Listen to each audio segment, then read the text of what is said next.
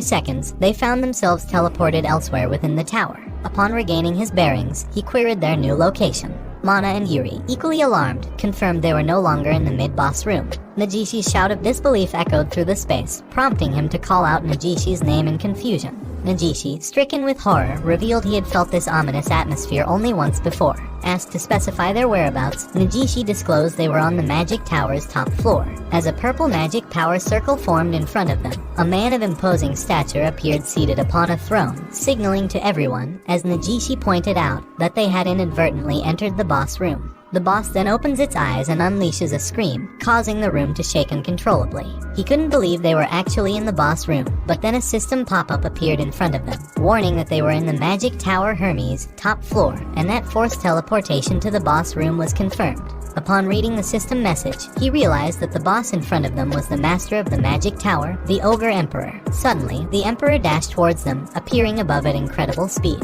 He swung down his sword, breaking the floor in the process, but fortunately, they all dodged in time.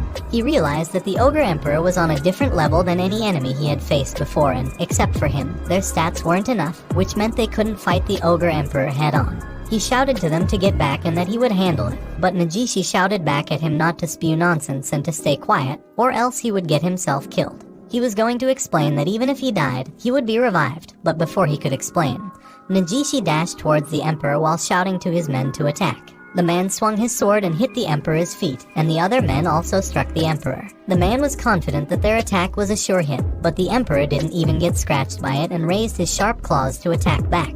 But then, Najishi shoutingly ran towards him and shouted not to underestimate him, the Dominator, Najishi. However, when the Emperor swung his claws down at Najishi, he was slashed, his shield shattering into pieces, leaving everyone stunned in horror and shock. Yoshido was also stunned, recalling Najishi's assurance that his Aegis Mimesis could defend against any type of attack. However, the system displayed a message to everyone stating that due to insufficient stats, the ability of Aegis Mimesis could not be activated. This left him staring in disbelief at the lifeless Najishi on the ground, pondering the system's message. The man rushed to Najishi in worry, but Yoshido urged them to get away from there. Confused, he hesitated, and it was too late. The Emperor bisected him with a swift slash of his sword, killing him instantly. He clenched his trembling hand and bit his lip in anger, facing the Ogre Emperor with determination. As the Emperor advanced towards them, Mana and Yuri, paralyzed with horror, insisted that they should flee. Mana glanced towards the door, shouting that they could still run, only to be shocked to find that the door was sealed with magic,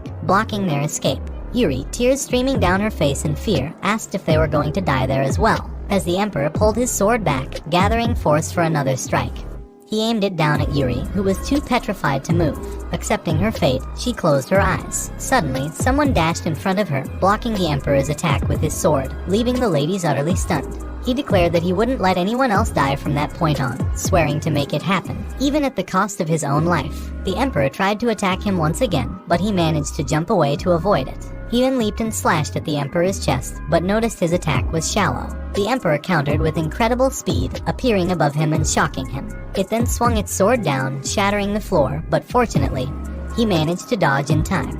He ran back towards the Emperor at full speed and attempted to strike its head, but the Emperor blocked his attack. Yuri asked Mana what was happening, and Mana could hardly believe that Yoshido was fighting the boss one-on-one. Despite being enhanced by the death penalty, he was still being pushed back by the Emperor, a testament to the boss's strength. Realizing he lacked the necessary stats to defeat the Emperor, he decided to focus on depleting the Emperor's stamina first. He taunted the Emperor, declaring he would kill it after dying a few times himself. After a swift dash, they engaged in a fierce one-on-one battle, during which Yoshido managed to strike the Emperor's head repeatedly, provoking its anger. The Emperor retaliated, and Yoshido, recognizing his limit, allowed the Emperor to kill him with its claws. Before his body hit the ground, he saw Yuri, stunned and horrified, scream as the system announced his death. As a death penalty, a permanent debuff of 55 agility was applied, which, due to his inversion skill, became a bonus of plus 55 agility. He reassured Yuri, telling her it was all good because he would continue to revive until the Emperor was defeated. Lana mentioned the infinite revival, but Yuri pointed out that using it triggered significant negative effects, leaving them wondering how he could still fight. After being killed by the Emperor again, his res increased by 20, and after another death, his HP increased by 320. However, he knew these stats were not what he needed. He then fervently wished for a stat increase that could deal fatal damage to enemies. Waiting for the Emperor's attack, it killed him instantly. He opened his eyes quickly, sitting up from his prone position. Catching his breath, he looked at his hand and then placed it on his face, expecting the excruciating pain of death to drive him mad. However, he smiled, realizing his desired stat had increased. His attack had increased by 140. Delighted by the significant increase, he noticed another system update, indicating that he had unlocked the ability to specify a respawn point due to reaching a certain level of proficiency with the infinite revival skill. Curious, he accessed the system for a more detailed explanation. Understanding its utility, he grinned, recognizing how useful it would be. He then stood up, ready to be revived once more. He spawned back to life, prepared for the next phase of the battle. While being spawned, he guesses the new feature is probably to prevent him from getting stuck. If he were unable to respawn anywhere other than exactly where he had died, there would be a large number of cases where he would just die again. But if he were able to choose his respawn point, he should be able to escape a death loop. He then walks to the side of the Emperor, knowing that if it was on the battlefield, just like it could be used to get to his opponent's blind spot. He stops behind the Emperor's back, bends down ready to be revived, and jumps behind the Emperor while shouting that this time, it's his turn to kill the Emperor. He then hits the Emperor with his sword from behind, making it shout in pain. Mana shouts in disbelief that he moved to the back in just a moment, making him confused and wonder if that was how it seemed to them. The Emperor then looked back and swung his sword at him, but he bowed his head down in time to avoid it while shouting that Nagishi and those men were a nasty bunch, but still, he never thought for a single time that they deserved to die. He then asks if he is right that by defeating the boss of a magic tower, he can get his hands on a unique item, but tells them that right now, what he desires even more than that is the Emperor's life. The Emperor once again attacked him with its sword, but the Emperor was shocked to see that he dodged it and shattered its sharp claws. He then swung his sword forward to the Ogre Emperor, who was sweating in fear, and successfully hit it in the head, making it shout in pain and lie on the ground. Defeated. He exhaled in relief and put his sword back in his inventory. The system showed him that he had defeated the boss of the magic tower, Hermes, and the conquest reward was a unique piece of equipment and magic stones that had been sent to his inventory. He was happy about the reward he got but had mixed feelings about it. Suddenly, Yuri hugged him from behind and thanked God that he was safe, but then realized her action and walked away while apologizing to him in shyness. He told Yuri that it was fine, and Mana thanked him. Mana tells him that if he hadn't defeated the boss, Yuri and she would definitely have died, but worriedly tells him that the way he was fighting is too reckless and sacrificing himself like that over and over again is painful to watch. She then apologized to him that even though he saved them, she was complaining. He patted her head and told her not to worry about it. He then apologized to her for making her watch him die so many times and tells them that even if he failed over and over again, he would always come back. That said, he then shouts that it was really fucking hurt seriously, and remembers that he has said the same thing somewhere before. Mana stutteringly replies that he was right, tears welling up in her eyes. He then catches his breath and tells them that, as much as possible, he'll do his best not to die. The ladies exchange smiles and both agree with him. Suddenly, their conversation is interrupted when the tower shakes, and then the system notifies them that the boss of the magic tower Hermes has been defeated, so the Hermes tower will disappear in 10 seconds, and they will be forcefully relocated. Yuri remembers that after defeating the boss, magic towers disappear. He waves them goodbye and tells them that they should meet again outside. He then looks back at the dead men on the floor and tells them that he won't forget them. He bids them goodbye. On the other hand, from outside, the Hermes tower shook and slowly disappeared until it was gone, as if it never existed. Meanwhile, in some office, a lady asks if the Hermes tower was conquered even though it wasn't supposed to be even half complete yet. A man hands a tablet to the lady and tells her that it was as she said.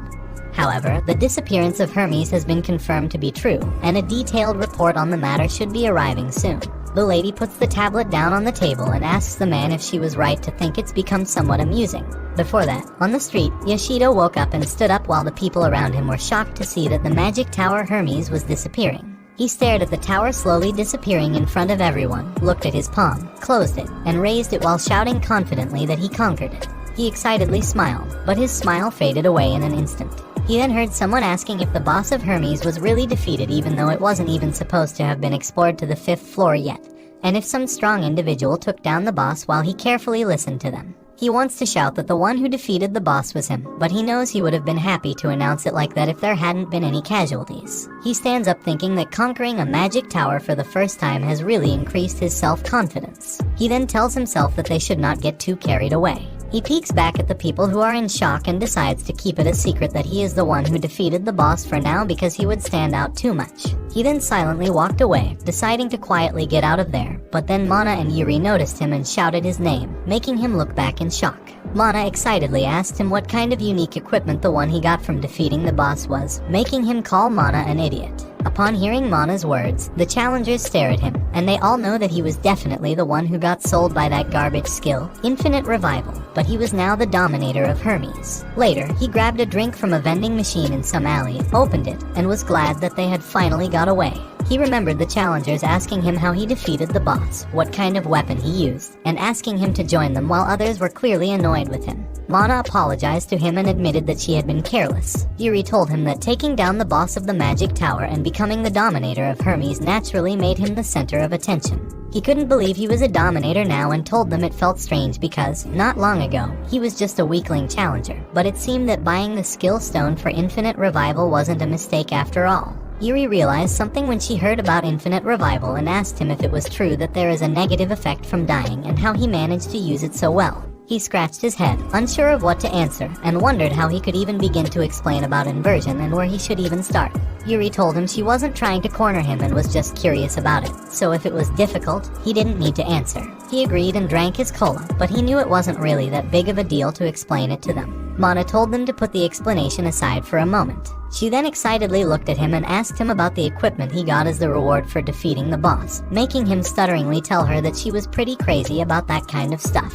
He then threw the can in the trash while telling them to wait for a second and tried to open his status window, but he realized he couldn't open it. Mana told him it was because they were outside of the magic tower. Fundamentally, the window can only be opened while inside a magic tower, and the use of various other things such as stats or skills are also limited to the inside of the magic tower. Because of that system, there aren't incidents of challengers causing problems in normal society. However, there is one exception. The one place where challengers are able to use their power outside of the magic towers would be at the site of the magic towers. He extends his hand at the site of the magic tower and walks inside. When they enter the site of the magic tower Hermes, he tells them he still can't get used to the strange feeling that fills the site of the towers. He then opens his window, and the ladies immediately appear beside him. He tells them that the name of the unique equipment he received as a reward for conquering the tower is Fozaminos. He clicked the item, and a strong light came out from the system, making them all amazed. Then, a sparkling light appeared on his side, and when he opened his hand, a sword slowly appeared on it.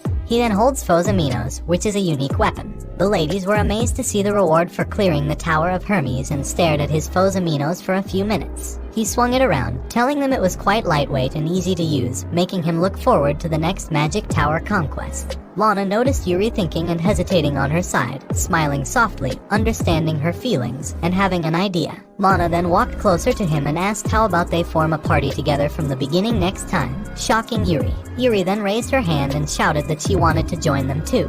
He was momentarily taken aback by Yuri's reaction. Yuri, blushing, put her hand down and shyly asked if she could join them. He smiled and told her that she certainly could because they were already close friends after all. The ladies happily looked at each other and shouted in unison that they did it. Mana then excitedly looked at him, leaned in, and asked which magic tower they should go to next, whether it should be of a similar scale to Hermes or perhaps a larger magic tower. She suggested challenging Zeus, to which Yuri replied that they shouldn't. He thought for a moment while the ladies argued behind him. He then got their attention by saying that after leaving Hermes, there was a place he wanted to visit right away. Yuri, worried, stutteringly asked him where that was, and he replied that it was in Tokyo, at the Challengers Management Bureau. The ladies, confused, asked him why there and not a magic tower. He explained to them that, as they knew, the Management Bureau buys magic stones and equipment at higher prices than the magic tower stalls, so he wanted to go there to exchange his items for money. He confessed that after purchasing Infinite Revival, he was completely broke and had even accrued debt,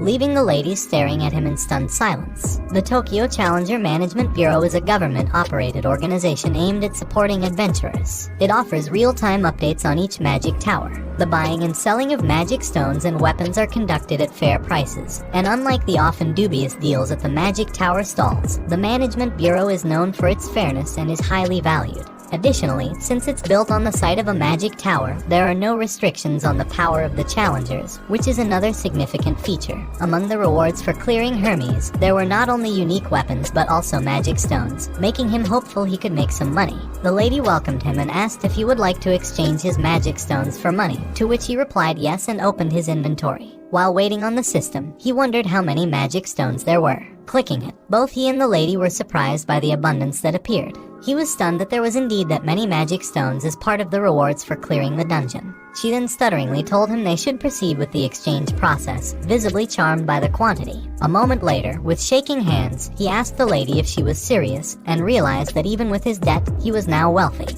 He walked back to Yuri and Mana, excitedly asking them what he should do with the money. Yuri advised that it was probably best to avoid reckless spending, a sentiment Mana agreed with. Mana then warned him not to get carried away and end up back in debt from overspending, a thought that made his dream of extravagance vanish as he replied that he got it. Suddenly, the lady saw him and told him she had found him, making him feel a surge of strong power. She approached him, revealing she had heard of his arrival at the management bureau and had come looking for him. She stopped in front of him, and as he faced her, he asked who she was. She introduced herself as Raido Fayun, the chief of Tokyo's Challenger Management Bureau, and asked if she could have a moment of his time. She then seriously addressed him as the dominator of the Magic Tower Hermes, Takamichi Yoshido. He noticed that Fayun's face was quite familiar to him and remembered that within the management bureau that gathers tower challengers, Fayun is known as a monster reputed to be the strongest. He guessed she was scouted to the management bureau after conquering 3 magic towers as a challenger and recalled that she even appeared in advertisements for the bureau.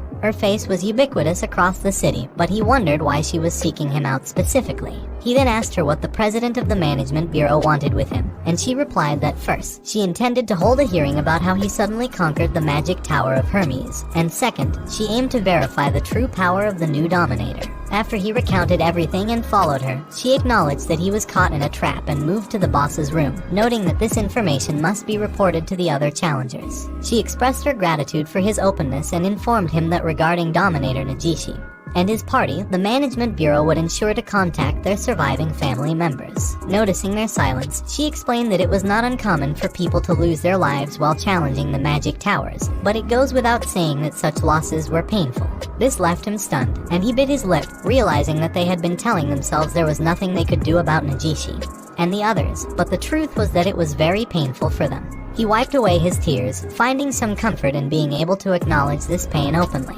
A moment later, he inquired about their location, to which Fayun responded that they were in the management bureau's training room. While they were busy looking around, Fayun called his name and threw something at him, which he caught. It was a sword, but he noted it felt a bit dull. She explained it was the type of sword used in the management bureau's training hall and told him that from now on, he could use it. She then thrust another object into the floor and declared she would allow him to fight her, stating that properly understanding the true power of dominators was also the responsibility of the chief of the bureau. He acknowledged that refusing Fayun's challenge seemed impossible, but Mana's encouragement to assert his dominance by claiming he'd send the bureau chief flying made him laugh, albeit forcefully. He mused over Mana's confidence, then gripped the sword tighter, resolving to face the challenge with utmost seriousness. If I'm to do this, I might as well give it my all, he declared. Fayun inquired if he was ready, and with a firm yes, he braced himself. Aware that his adversary was the formidable chief of the management bureau, he couldn't help but think he might present a tougher challenge than she anticipated, given his conquest of a towering boss. Let's begin, Fayun announced. To his shock, she vanished from sight only to reappear beside him like a gust of wind, launching a swift strike that he narrowly evaded by bending away. Fayun pressed on, her onslaught of attacks relentless. Despite his efforts to dodge and block, her speed was overwhelming, forcing him to retreat while parrying her strikes. Eventually, he tumbled and leaped back, creating distance. Panic set in when he sensed her presence right behind him. With a quick turn and dash, he evaded her surprise attack from behind. Gasping for breath and grappling with the realization of Fayun's overpowering strength, he reflected on his journey. He had overcome the boss through repeated deaths, yet here he stood, facing a dominator who had conquered magic towers without succumbing once. The disparity in their abilities was stark, yet it wasn't the moment to dwell on differences or let frustration take hold. If defense alone won't cut it, I'll turn the tables by embracing the very risk of death that others shy away from, he thought. Fayun, mid-attack, found herself taken aback as he boldly announced the start of his offensive, charging forward to meet her in the center of the room. She slowed down upon seeing it and tightly grasped her sword. When he noticed this, he lifted his sword backward to gain force and swung it down at her while shouting that he was faster now. However, she dodged it easily and positioned herself for an attack. He couldn't believe it and was thrown back by her attack, growling in pain. She told him it was unexpected. Landing on the floor, he retorted that against a regular monster or person, she would be able to evade her opponent's attacks with no problem, and he launched another attack at her. She effortlessly blocked his attack and counterattacked, which he avoided, telling her that just now, if she hadn't hesitated, it would have been a one-sided fight. She rolled her sword in her hand and swung at him, but he jumped away, landing at a distance from her. He told her that she thought he was defenseless and hesitated for a moment to attack him with her sword. But he didn't think it was just her being kind to him because he was acting in a way she didn't understand. So, he thought her hand simply froze out of instinct. However, he also took a chance, and the reason is that he has infinite revival. He then dashed toward her, apologizing for playing unfairly. She blocked his sword, and he explained that without doing so, there was no way an ordinary person could win against her. She pushed him away when she retracted her sword and dodged his attack, remembering that she had received a report on infinite revival and that Yoshido could return from death endlessly, moving forward without fear of death. She appeared closer to him, pondering that Yoshido's skill was a fearsome ability. She then struck Yoshido with the sword handle in the face, sending him flying, and warned him it wouldn't happen a second time. He cursedly said that it hurt, but then he stared at her, and she was shocked when he managed to point his sword close to her chest. He then told her that compared to dying, her attack didn't hurt at all. She stared at him seriously for a moment and smiled. She then turned around and told him she understood his power now and would acknowledge her loss this time. But she stopped talking when he collapsed to the floor.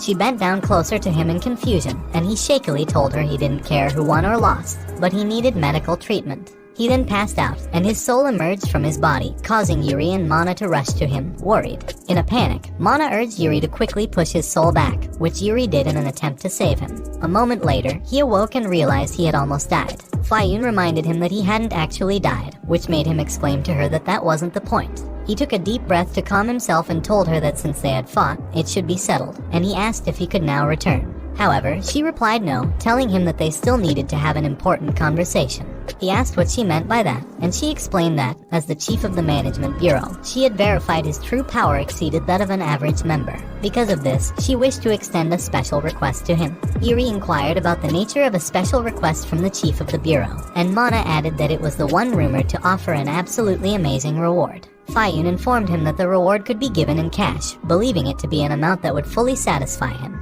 He expressed his appreciation for her offer but asked for the details of the request. She revealed that a few hours ago, the Management Bureau had verified the appearance of a new tower. Currently, the entrance was being sealed off, so she wanted him to enter that tower and gather information about it.